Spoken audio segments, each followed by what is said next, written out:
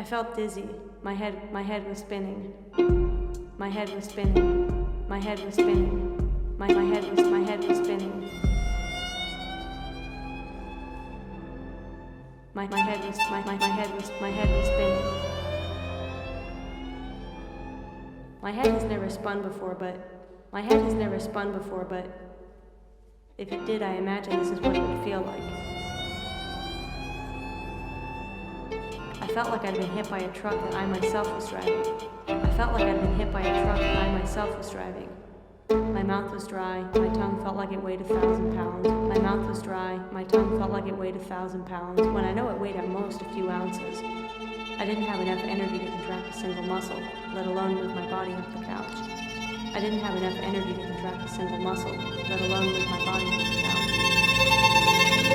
There was a knock on the door, then another. Miss Fabrega, they're ready for you? I wasn't ready for them. Another knock.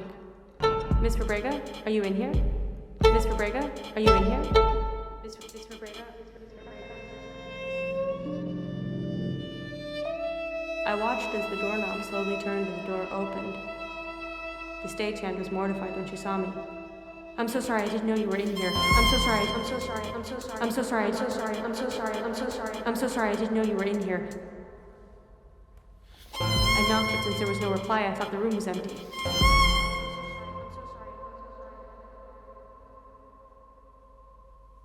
I didn't say anything. Are you okay?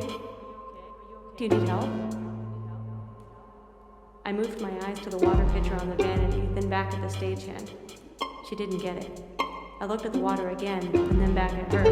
Then she looked at the water. Do you want water?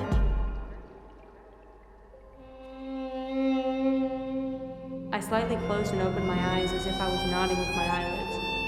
Then she understood. She filled a glass of water for me and knelt beside me. She held the cup to my lips and carefully tilted the glass. She held the cup to my lips and carefully tilted the glass.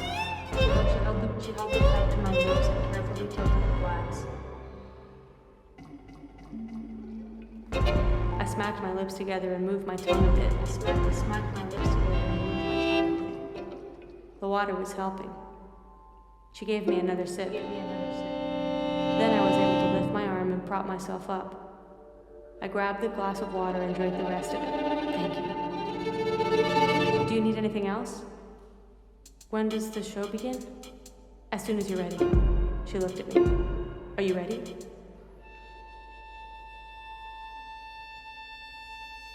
I nodded and got up from the couch.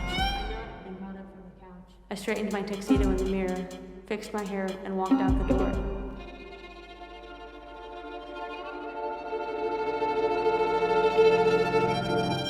As I walked through the backstage halls, the magnitude of the moment struck me. I was about to play as the first violinist for the New York Philharmonic, and I had never in my life played the violin. I was about to play as the first violinist for the New York Philharmonic, and I had never in my life played the violin. I was about to play as the first violinist for the New York Philharmonic, and I had never in my life played the violin. And I had never in my life played the violin. And I had never in my life played the violin. And I had never in my life. And I had never in my life played the violin. And I had never in my life played the violin.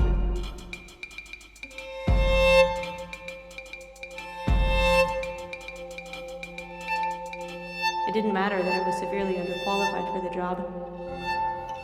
I had the job. I had the job.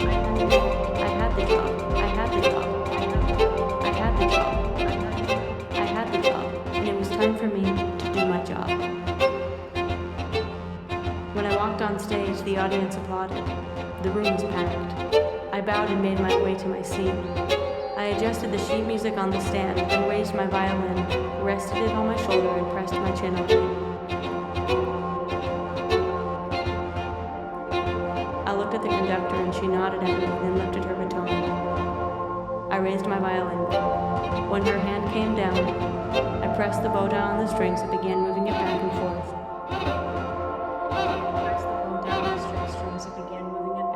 Back and forth, back and forth, back and forth, back and forth, back and forth.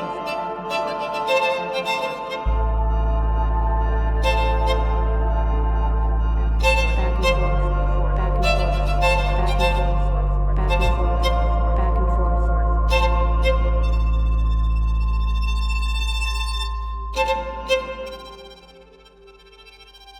It sounded terrible, truly horrendous. The exact type of sound you'd expect to hear if someone who'd never played a violin tried to play it.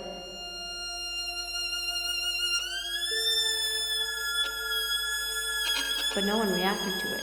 You'd think they were listening to a professional violinist. Back and forth, back and forth, back and forth, back and forth, back and forth, back and forth, back and forth, back and forth, back and forth, back and forth, back and forth, back and forth, back and forth, back and forth, back and forth, back and forth, back and forth, back and forth. I wasn't sure why no one seemed to care that I had no idea how to play the violin. For a moment I considered if I should stop playing and explain to everyone that I'm not sure why I was chosen to be the first violinist or why I accepted. But when I looked up from the sheet music I was pretending to read and saw the captivated faces of the audience and orchestra, I knew I had to press onward.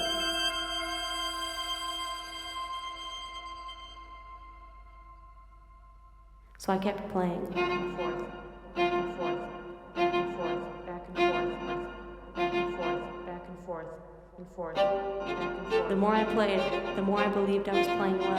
And the more I believed I was playing well, the more the audience was entranced by it.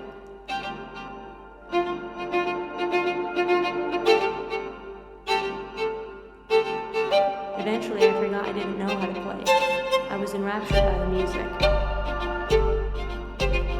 I felt like a virtuoso in her element, becoming one with her instrument. The music poured out of me with an ease I've never experienced before.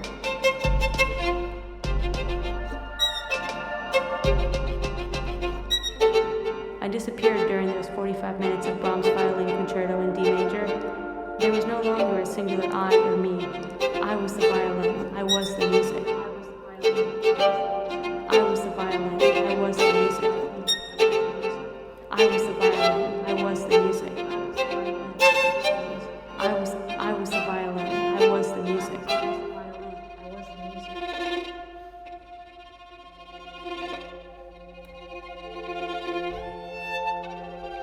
When the song ended, the audience clapped enthusiastically. The conductor signaled for me to stand up. I did.